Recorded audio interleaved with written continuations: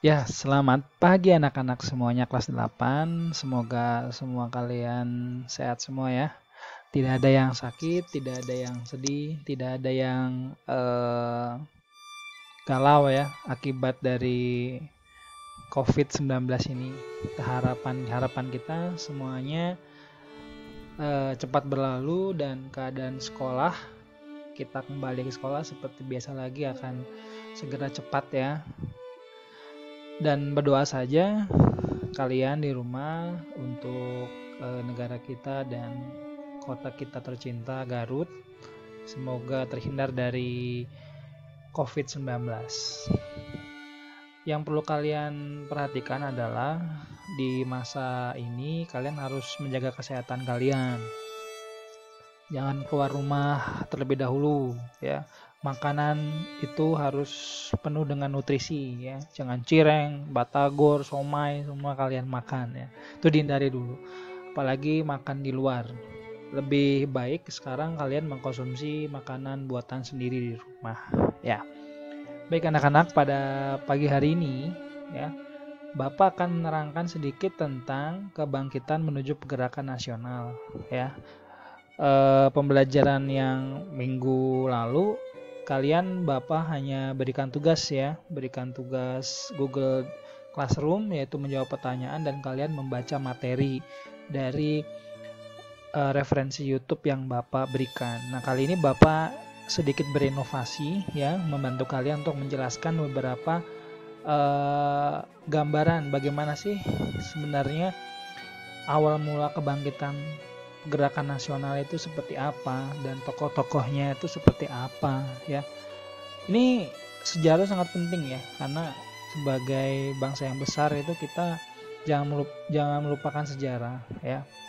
Kita harus menghargai para pahlawan yang sudah mendahului kita yang berjuang untuk memerdekakan kemerdekaan Indonesia ya. Baik, kita mulai saja. Nah, di depan kalian sudah ada tokoh-tokoh gambar ya. Mungkin kalian bisa langsung menebak siapa itu dan mungkin ada yang tahu ya. Ya, ini tokoh Belanda ya. Ini Douwe Dekker dan ini Baron van Hoppe. Ini salah satu pada zaman kolonial ya yang paling tidak setuju dengan apa? Ayo. Ya, tidak setuju dengan tanam paksa ya, sehingga mereka mengeluarkan apa? Undang-undang agraria ya yang berpihak kepada masyarakat Indonesia. Ya. Nah, anak-anak, berdasarkan literasi yang Bapak sudah cari dari beberapa sumber terpercaya ya. Apa sih pergerakan nasional itu ya? Pergerakan nasional itu adalah suatu bentuk perlawanan ya terhadap kaum penjajah yang dilaksanakan tidak dengan menggunakan senjata ya, tapi kita sudah menggunakan intelektual ya, sudah menggunakan kepintaran. Di situ nanti muncul tokoh-tokoh pelajar ya, ada Budi Tomo dan sebagainya. Nah, itu yang dinamakan pergerakan nasional. Jadi kita sudah tidak melawan dengan senjata ya.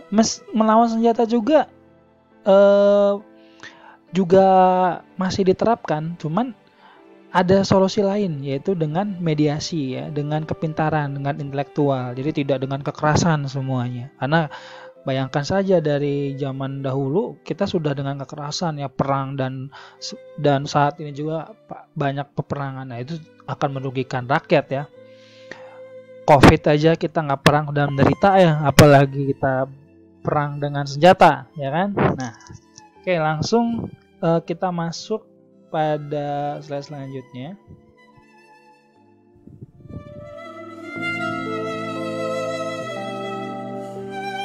Ya, ini Bapak beri informasi yaitu perbedaan perjuangan rakyat melawan kolonial ya. Itu sebelum abad ke-20, berarti pada saat kerajaan ya. Ada kerajaan Ternate, Tidore, kemudian ada kerajaan-kerajaan yang yang bersifatnya kedaerahan ya. Bisa kalian baca sendiri ya. Di sini ada perjuangan bersifat kedaerahan ya. Tokoh pemimpin perjuangan mayoritas kalangan bangsawan atau ulama. Pejuang hanya mengandalkan kekuatan fisik dan senjata. Nah, ini ya. Sedangkan sudah masuk perjuangan pergerakan nasional, ya sudah menggunakan intelektual, ya tokoh pemimpin perjuangan, ya beragam kalangan nasionalis, sosialis, jurnalis dan pedagang.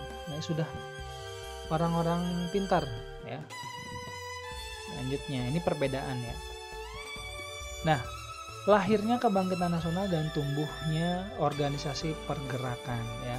Dan juga nanti juga kalian akan menghadapi tes ya atau kuis ya, kuis yang kedua, dan kuis itu ada dari sini ya, kalian harus cermati dengan baik-baik ya arahan Bapak dan slide-nya. Selanjutnya, nah muncul kesadaran nasional tuh karena rakyat Indonesia itu sudah lama menderita ya, berkembangnya pendidikan yang luas ya, informasi berbagai peristiwa penting yang dimuat dalam pers ya.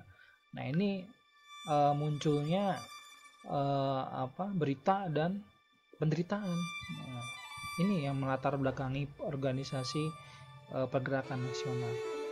Selanjutnya, nah ini ya bisa kalian lihat gambar ini, tokoh-tokoh pada saat berperang. Nah ini perlawanan menggunakan senjata ya, sifatnya masih kedaerahan masing-masing. Nah ini sudah melalui suatu mediasi pendidikan ya, sudah kuliah. Ini bisa kalian lihat di sini ada sistem, ada orang yang menggunakan baju peradilan ya, seperti itu ya. Nah ini ada kebangkitan nasional dan jati diri bangsa. Nah yang memicu pergerakan nasional juga itu didasari oleh politik etis. Apa sih politik etis itu? Politik etis itu politik balas budi, Van den Venter. Yang menggagas tokohnya adalah Van den Venter dan Baron van Hove. Ya, ada 3, irigasi, migrasi, dan edukasi. Irigasi, migrasi kalian udah tahu pasti ya. Semua ini tujukan ini untuk Indonesia. Nah, dari politik etis ini ya, bangsa Indonesia memanfaatkan situasi ini ya untuk mereka mendapatkan pendidikan dan memperjuangkan kemerdekaan Indonesia, anak-anak. Ya, tapi tetap semua ujung-ujungnya Belanda lagi. Ya, tapi nggak apa-apa. Nah, ini adalah penjelasannya, anak-anak. Politik etis itu apa ya? Bisa kalian baca sendiri ya. Ini gampang sekali. Selanjutnya, nah ini ada faktor pendorong, anak-anak. Nanti di soal juga ada dari luar dan dari dalam ya.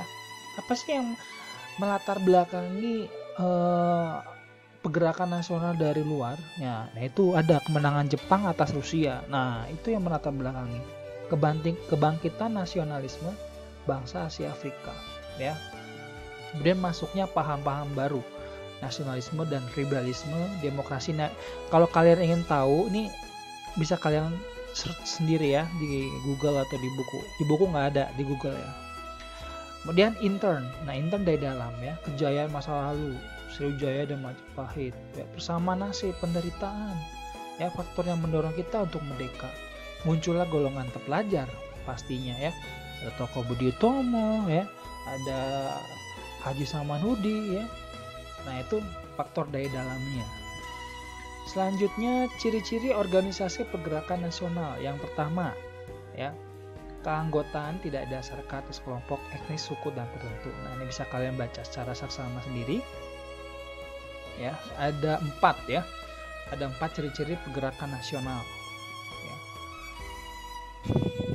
Selanjutnya kita lanjut saja. Nah, masa pergerakan nasional. Nah, ada 3 masa, anak-anak.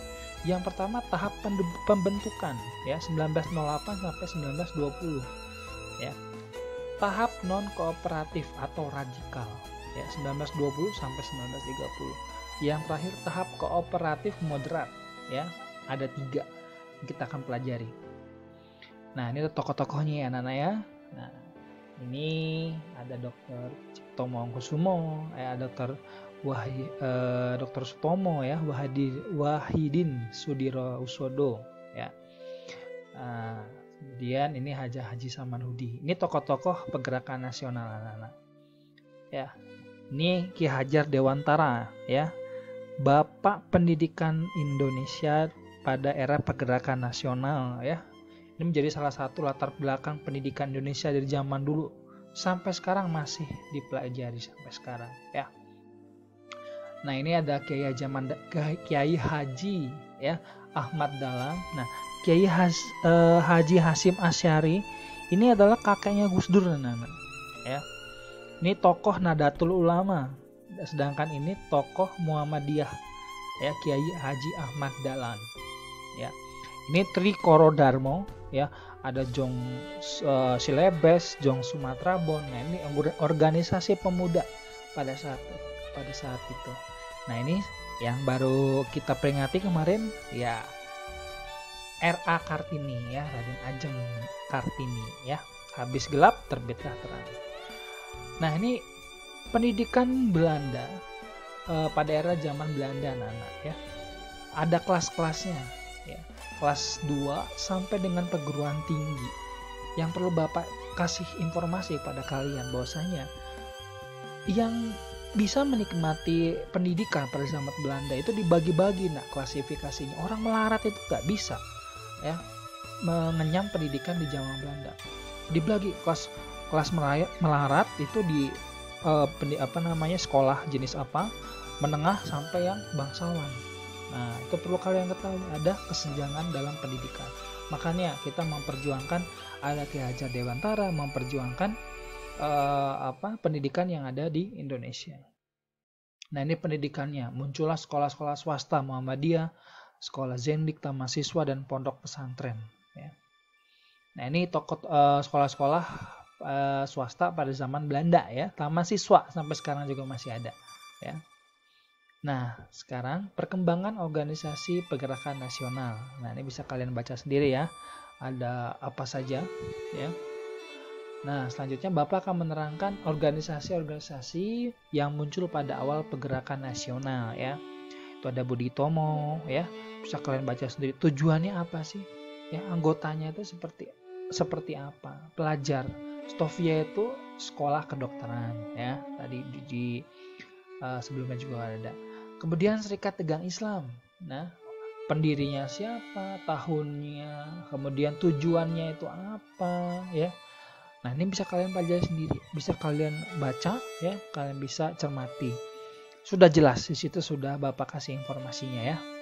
Kemudian ada Indispartids kalau kalian nggak bisa ya. Di situ ada partai politik pertama di Indonesia. Jadi kalau ada pertanyaan, apakah partai politik pertama di Indonesia ya, Indispartids ya. 3 serangkai penciptanya Dawas Dekar, Cipto Mangkusumo, sama Suwardi Surya Ningrat ya. Kemudian ada Muhammadiyah. Tokohnya siapa? Nah, Haji Ahmad Dahlan ya. Tujuannya apa ya? Berdirinya tanggal berapa itu perlu kalian cermati juga. Nah, sekarang adalah masa radikal. Masa radikal itu tidak kooperatif anak-anak. Nah, bisa kalian lihat sendiri ya di sini ya. Nah, di sini juga bisa kalian cermati sendiri. Organisasinya apa saja, proses terbentuknya bagaimana, tokohnya siapa saja, dan asas dan tujuannya. Bisa kalian cermati, situ sudah jelas sekali ya. Kemudian Perhimpunan Indonesia. Nah, Perhimpunan Indonesia juga ada di buku ya, bisa kalian cermati juga di buku sambil belajar. Ini Bapak hanya memberikan informasi lebih aja yang buat kalian apabila tidak ada di buku ya. Selanjutnya, nah ini adalah PNI.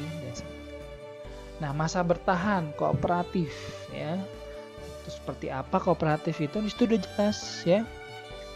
Faktor peralihan sifat pergerakan ke arah moderat.